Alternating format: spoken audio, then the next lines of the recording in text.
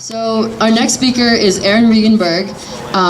He's the Democratic State Representative for RI House District 4. During his first term as state representative, he introduced and passed legislation raising Rhode Island's tipped minimum wage and creating new renewable energy programs.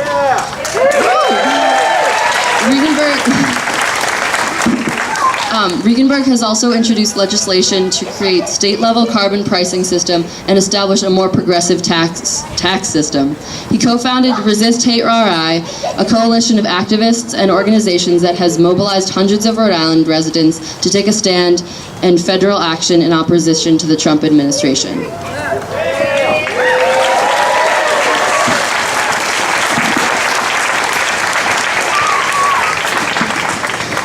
Well, I want to start by saying thank you to the young people who organized today's rally.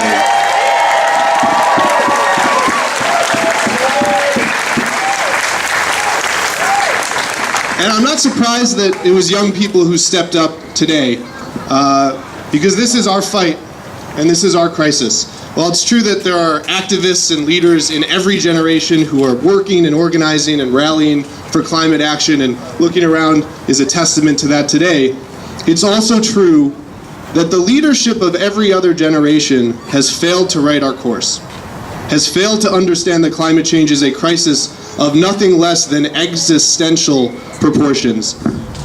So that leaves us. That leaves you.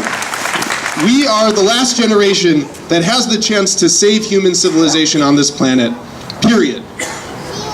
There's no superhero waiting to swoop in and save us if we fail at the monumental task that we've inherited.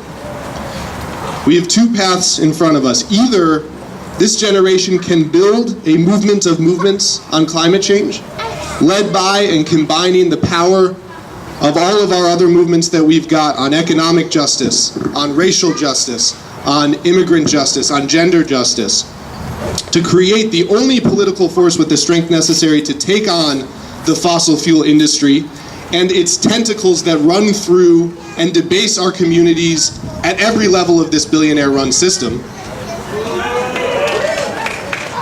Either we can do that and save our species, or we won't. And the babies born today at Women and Infants Hospital will have a Mad Max Fury Road future to grow up to. So the stakes are high. That's our choice. It's not one we asked for, but it is a task we are stepping up to the plate to meet head on with everything we've got, no matter how overwhelming the climb up might seem. And we do have reasons to feel real hope. In large part thanks to our frontline communities who are leading the way. Families from Providence to Burrillville who are feeling and seeing firsthand the dangerous extractive implications of our addiction to fossil fuels and are stepping up to take bolder and bolder action, and in doing so are inspiring the rest of our state to follow up. So I want to give them a round of applause, all the frontline families that are leading this fight.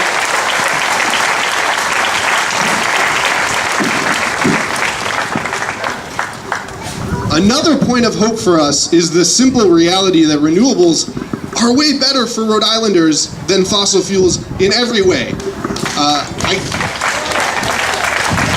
I don't know the last time a solar panel exploded on the south side of Providence and spewed toxic chemicals into the community for hours, days, or weeks at a time. That doesn't happen. Transitioning to a 100% clean energy economy could be the new deal of the 21st century, and in our state, with a just transition, everyone will win. Right now, we are throwing billions and billions of dollars every year away out of state on oil and gas imports, dollars that leave Rhode Island and never come back. With in-state renewable energy generation, we can keep those dollars circulating in our local economy, going into the pockets of hardworking Rhode Island families. This is an economic development strategy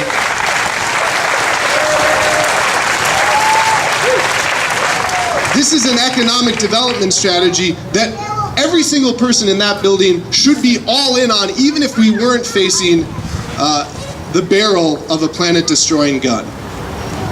The problem is that, like in Washington, D.C., There is a fundamental mismatch between what folks are beginning to understand out in all of our communities and what is happening in this building behind me.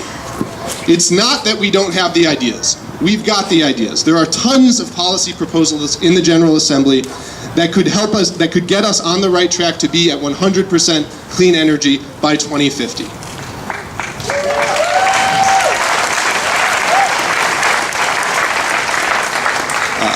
I myself have introduced legislation to put a price on carbon in our state and invest hundreds of millions of dollars into renewable energies. To expand remote net metering and community solar so that everyone can access these resources. To prevent any new fossil fuel infrastructure from getting state approval here in Rhode Island.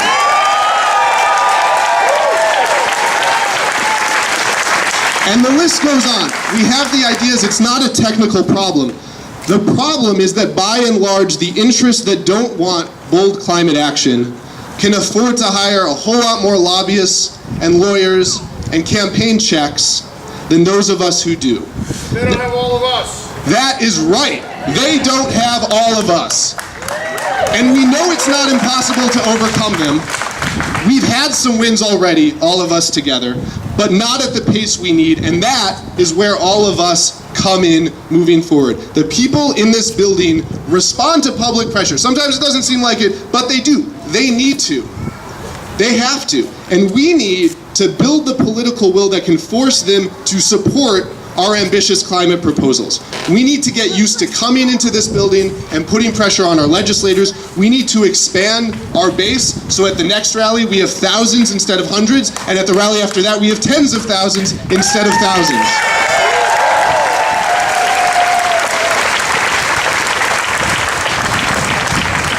And we need to look to 2018 and get ready to roll up our sleeves and work to elect more climate champions so that when I put in that legislation, there is a bigger and stronger team of folks who are all on the inside joining that fight.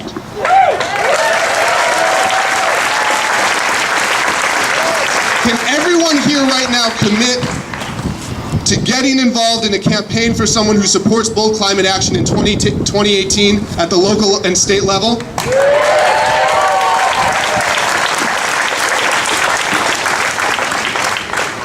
That was a little lackluster. I want to hear a yes or a no. Can everyone commit to getting involved in it? All right, let's do it. There's a lot of work to do. There's not a lot of time to do it, but the path is there. A better future is possible. We didn't ask for this, we didn't start this, but mark my words, we can and will finish it. Thank you.